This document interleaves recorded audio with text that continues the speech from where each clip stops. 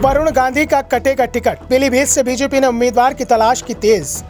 1 दर्जन सांसदों का टिकट कटना तय। कांग्रेस से बीजेपी आए नेताओं को मिलेगा मौका। जितिन प्रसाद और आरपीएन सिंह को चुनाव की तैयारियां करने का दिया गया संदेश। यूपी में मिशन 80 की कमान मोदी और योगी के हाथ।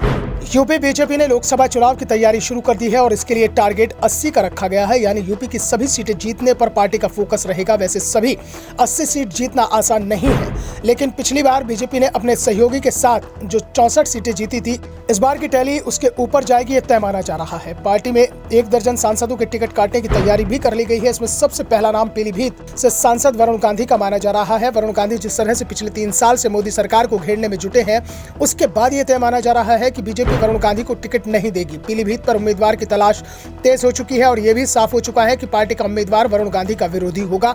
दूसरी ओर वरुण गांधी के लिए दूसरी पार्टी में जाने के अलावा अब विकल्प बचता हुआ दिखाई नहीं दे रहा है। संकेत मिल रहा है कि वरुण गांधी अपनी अलग पार्टी बनाकर या फिर निर्दलीय चुनाव मैदान में उतर सकते हैं और समाजवादी पार्टी वरुण गांधी के समर्थन में अपना उम्मीदवार नहीं उतारे। वैसे सपा की ओर से वरुण गांधी को पार्टी में आने का न्योता भी दिया गया है, लेकिन अभी अपनी मां मेनका गांधी के चलते वो कोई बड़ा कदम नहीं उठा रहे हैं।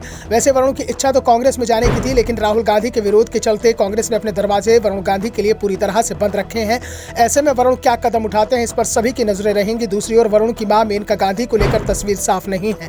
मेनका ने पार्टी के खिलाफ कभी बयान नहीं दिया है। सुल्तानपुर सीट पर उनकी स्थिति अभी भी ठीक बताई जा रही है। ऐसे में बीजेपी मेनका गांधी को टिकट दे सकती है। जिन सांसदों का टिकट कटेगा वहां योगी सरकार के मंत्री और बीजेपी विधायकों को तैयारी करने का संकेत दिया जा चुका है।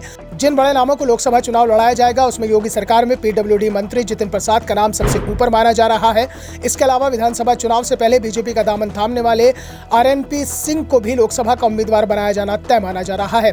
पार्टी फतेहपुर, पीलीभीत, लखीमपुर में किसी मंत्री या विधायक को ताड़ने का पूरा मन बना चुकी है। इसके अलावा बरेली, बलिया, रायबरेली से भी किसी मंत्री या विधायक को मैदान में उतारा जा सकता है। प्रयागराज, उन्नाव और कानपुर के साथ ही देवरिया, गाजीपुर और फूलपुर से भी विधायक या मंत्री को लोकसभा चुनाव लड़ने का मौका मिल सकता है। पिछले लोकसभा चुनाव में भी भाजपा ने कई मंत्री और विधायकों को मैदान में उतारा था। इसका नतीजा रहा कि सपा बसपा के गठबंधन के बाद भी भाजपा को भारी सफलता मिली थी। उसी प्रयोग को इस बार भी दोहराया जा सकता है। जिन सीटों पर भाजपा ने प्रत्याशी बदलकर किसी विधायक या सांसद को उतारने की तैयारी की है, उसमें ज्यादातर पर इस समय भाजपा के ही सांसद हैं। कुछ सीटें ऐसी हैं जिन पर भाजपा को सफलता नहीं मिल सकी थी। ऐसे में इन सीटों पर ऐसे चेहरों को उतारने की तैयारी है जो जनता के बीच पहले से ही फेमस हो और उनकी छवि भी साफ सुथरी और जिताऊ हो। दरअसल केंद्र में नरेंद्र मोदी को तीसरी बार प्रधानमंत्री बनाने के लिए भाजपा ने अभी से कवायद शुरू कर दी है। यूपी में 30 मई से 30 जून तक बड़ा अभियान चलेगा। इस दौरान कई रैलियां, जनसभाएं और महाजनसंपर्क अभियान भी चलाया जाएगा और इसी अभियान में पार्टी अपने उम्मीदवारों की ताकत का अंदाजा भी लगाएगी।